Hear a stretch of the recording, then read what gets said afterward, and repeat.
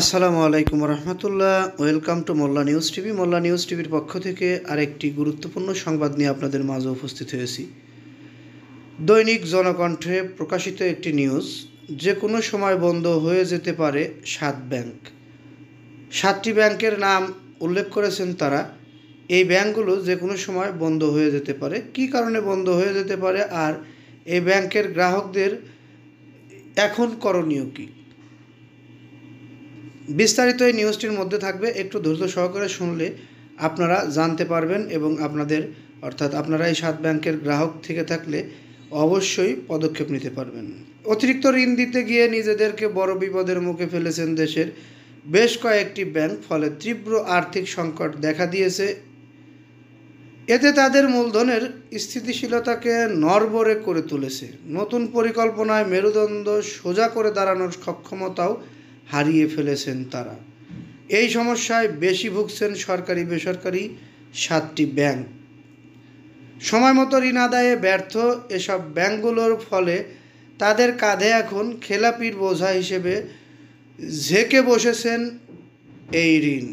ব্যাংকগুলো খেলাপি ঋণের কোটা 55% থেকে 99%-এর মাইল ফলক স্পর্শ করেছে। গণমাধ্যমের খবর অনুযায়ী ব্যাংকগুলো যখন এমন অবস্থার মুখোমুখি, তখনই কেন্দ্রীয় ব্যাংক খেলাপি ঋণ ইস্যুতে নতুন নীতিমালা ঘোষণা করেছে, যা ব্যাংকগুলোর জন্য শাপে বর হয়ে পড়েছে।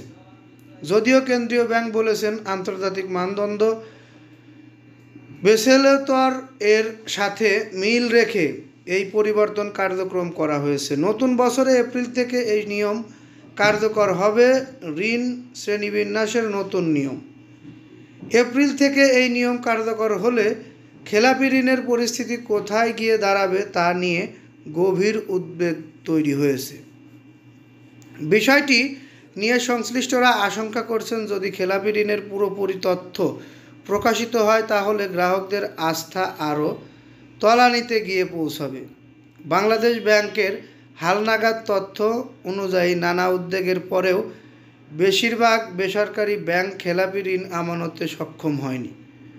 ব্যাংকটির 8,598 কোটি টাকা খেলাপি ঋণ রয়েছে, যা সরকারি 6টি ব্যাংকের মধ্যে সবচেয়ে বড় পরিমাণ খেলাপি ঋণ।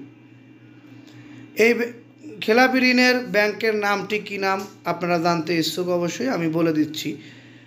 Basic bank. খেলাপিতে জনতা ব্যাংকে রয়েছে দ্বিতীয় স্থানে, অর্থাৎ বেসিক ব্যাংকের পরে জনতা ব্যাংকের খেলাপি ঋণের অবস্থাও খারাপ। বেসরকারি ব্যাংকগুলোর মধ্যে শীর্ষে রয়েছেন পদ্মা ব্যাংক এবং ন্যাশনাল ব্যাংক, যার খেলাপি ঋণের পরিমাণ 23,721 কোটি টাকা, আর পদ্মা ব্যাংকে রয়েছে 4,855 কোটি টাকা। বিষয়টি নিয়ে গণমাধ্যমের সাথে কথা বলেছেন বাংলাদেশ ব্যাংকের governor doctor Ahsan H Mansur. তিনি বলেন, কার্পেটের নিচে ময়লা ঢেকে রাখতে পারে সেটি কিন্তু ভালো হবে না, আর কার্পেটের নিচে ময়লা ঢেকে রাখার দিন শেষ। ব্যাংক খাতে এখন পর্যন্ত নজিরবিহীন অনিয়মের চিত্র ধরা পড়েছেন, সেগুলো আমরা প্রকাশ্যে আনতে চাই। আর এই অবস্থায় যদি প্রকাশ্যে আনা হয় তাহলে এই ব্যাংকগুলোর পরিস্থিতি কী দাঁড়াবে সেটা আপনারাই অনুধাবন করে নিন। আমি এই নিউজটি আর দীর্ঘায়িত করছি না, এখান থেকে বিদায় নিচ্ছি। পরবর্তী নিউজ পেতে অবশ্যই চ্যানেলটি সাবস্ক্রাইব করে বেল বাটন অন করে রাখবেন। ভালো লাগলে লাইক, কমেন্ট, শেয়ার করবেন। আসসালামু আলাইকুম।